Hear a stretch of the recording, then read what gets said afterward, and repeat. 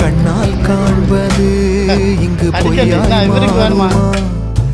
எங்கோ போனது என்னிடம் வந்து சேருமா?